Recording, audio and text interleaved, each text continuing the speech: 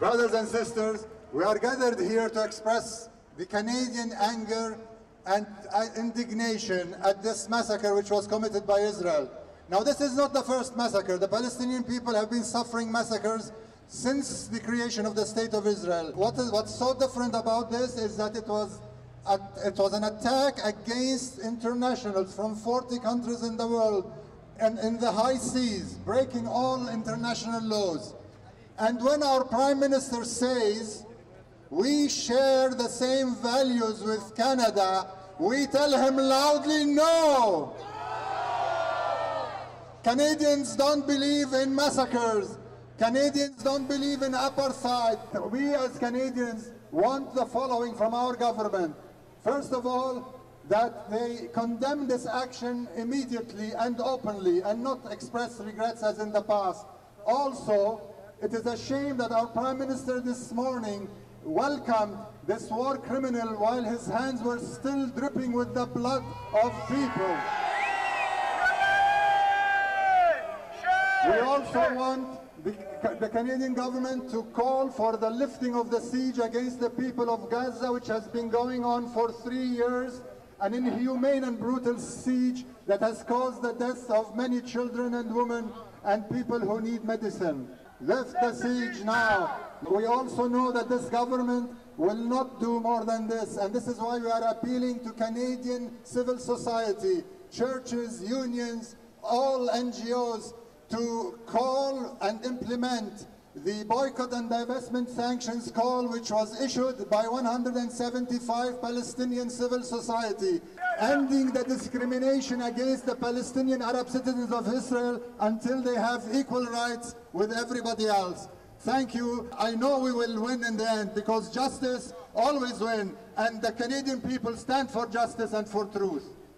We have a hunger strike here today. We've been out here since 7 o'clock this morning, and we're not going to eat. We're not going to leave.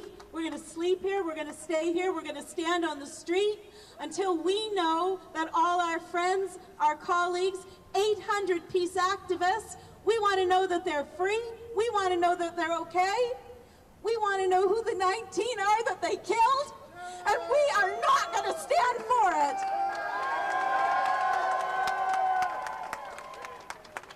This is not just an act of aggression against Palestine that Israel has been doing for the last 62 years. This is an act of aggression. This is an act of war to 40 different countries around the world, including Canada, and we are saying no. It's time for us to close all the Israeli embassies around the world. It's time for us to pull our ambassadors out of Israel. People have been asking me all day, what do you think about what Netanyahu said? Let me just tell you, Netanyahu is a terrorist, and we don't want terrorists in Canada. We don't want terrorists anywhere. We're saying, get out! Free, free Palestine! Free, free Palestine! Free, free Palestine! Free, free Palestine! We stand here today in front of this house of terror, the Consulate of the occupational state of Israel, which have been victimizing the Palestinians for more than 64 years.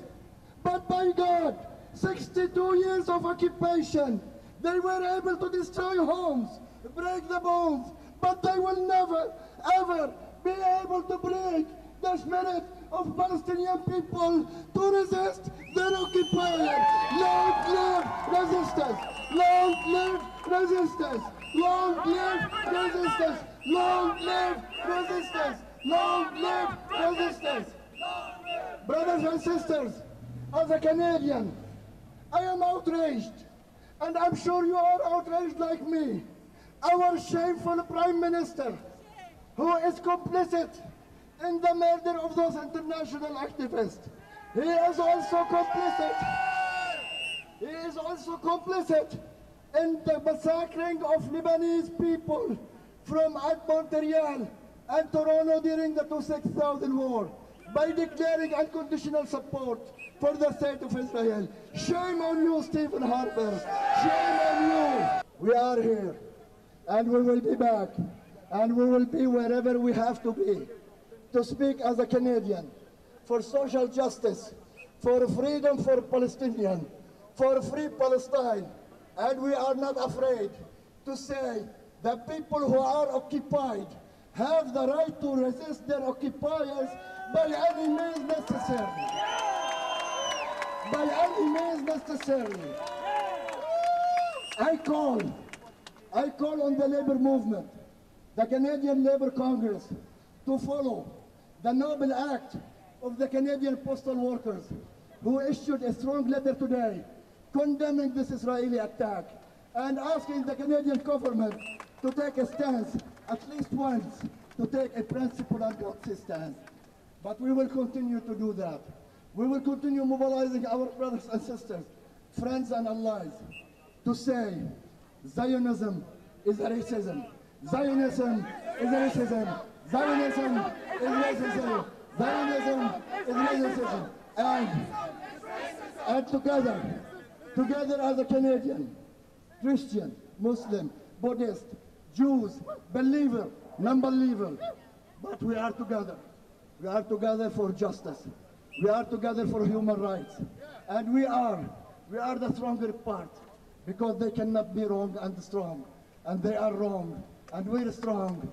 So continue the fight.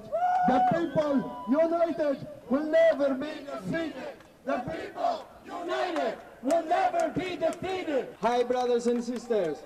From Greece, we have not only the biggest workers' movement, we have a big anti-war movement against the occupation in Palestine. Today, 5,000 people marched in front of the embassy embassy of Israel, and they were hit by the police, by the riot police, with tear gases.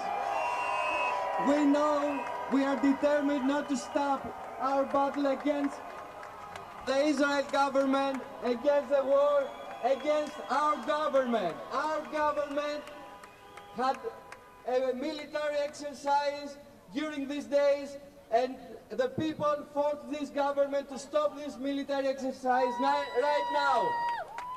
Our government called for the ambassador from Israel, and now we're supposed to have the next step. We know that the anti-war movement and the labor movement are together now. The big demonstration will be not only for the austerity measures, but for the end of the occupation of Palestine.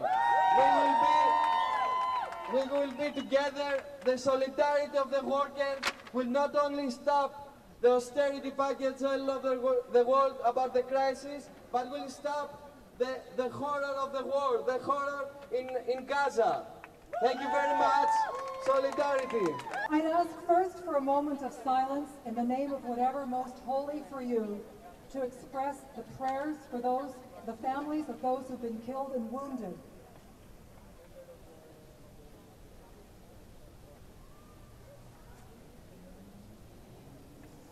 Courageous ambassadors of humanity were on those ships. I wish I had the courage to be there. I am still in disbelief hearing this morning that 19 have been murdered, 60 at least have been wounded, many have been abducted. Israel has committed not only a war crime in my judgment, but a deeply moral and spiritual crime. I call upon our Prime Minister to demand a war crimes investigation, but more than that, for all of us to do what we can to persistently work for justice with peace for both the Palestinian and Israeli people. The United Church of Canada's policy is that the occupation must stop. We support anyone of goodwill in peaceful means to bring this about. Today we mourn for this attack and for those killed and injured. Please keep working for peaceful justice.